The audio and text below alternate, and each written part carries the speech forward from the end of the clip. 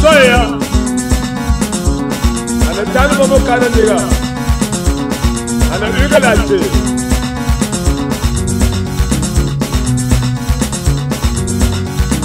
C'est la fête, c'est la fête, c'est la fête. Bati tellement de gens, il s'appelle Foulokan. Bati tellement de gens, c'est un gars, il donne, hein. Alors, le gars là va faire. Enjoy. Dieu a parlé. Le décret a été signé, le gars.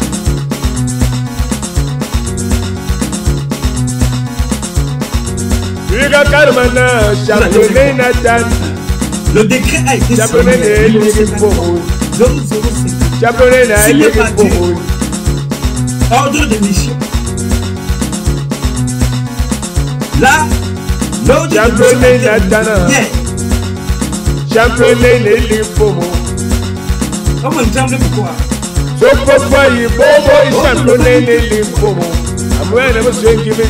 Oh, mais gesticule pourquoi?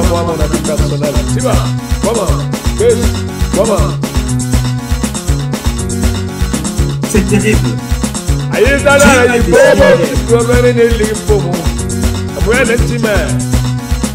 Patrice Noir, le contrat pour revenir. Continue, tu as mission. Signé le 16 à Dieu lui-même. Hein? On m'a paniqué pourquoi? On paniquait. On me tremblait pourquoi?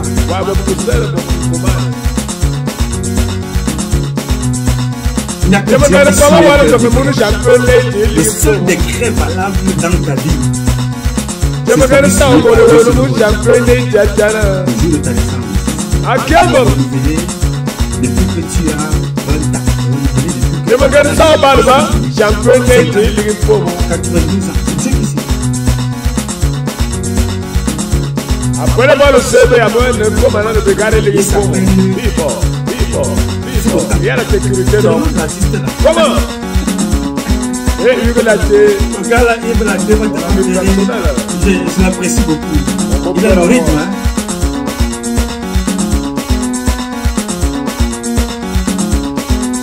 Les gars,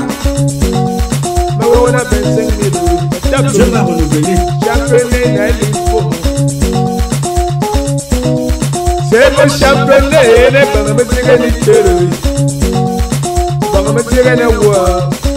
Nous allons célébrer tous ces anniversaires là bientôt. Ceux qui sont dans la diaspora, qui sont interdits du Cameroun parce qu'ils n'ont pas appelé les gens à les voter. Dit la vérité et sont dans la diaspora. Vous allez rentrer bientôt célébrer les mariages, vous avez été présents, les baptêmes de vos neveux, de vos nièces, l'anniversaire de c'est bientôt. Je vous ai déjà dit que le championnat des révolutions qui se joue en Afrique partout là. Dans ma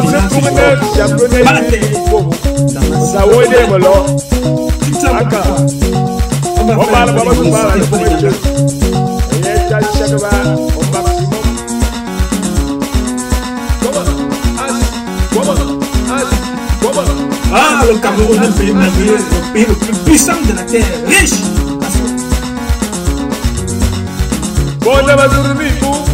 Les gars, je voulais vous introduire comme ça au début avec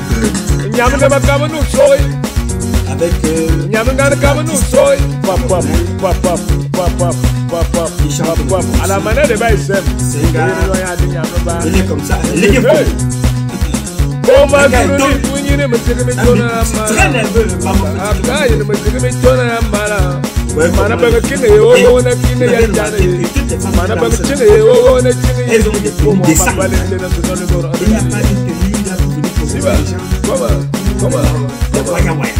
Elles sont décemment habillées.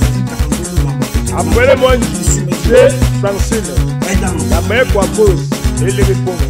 Francine, la meilleure coiffeuse. Après le mois de juillet, le opérateur économique.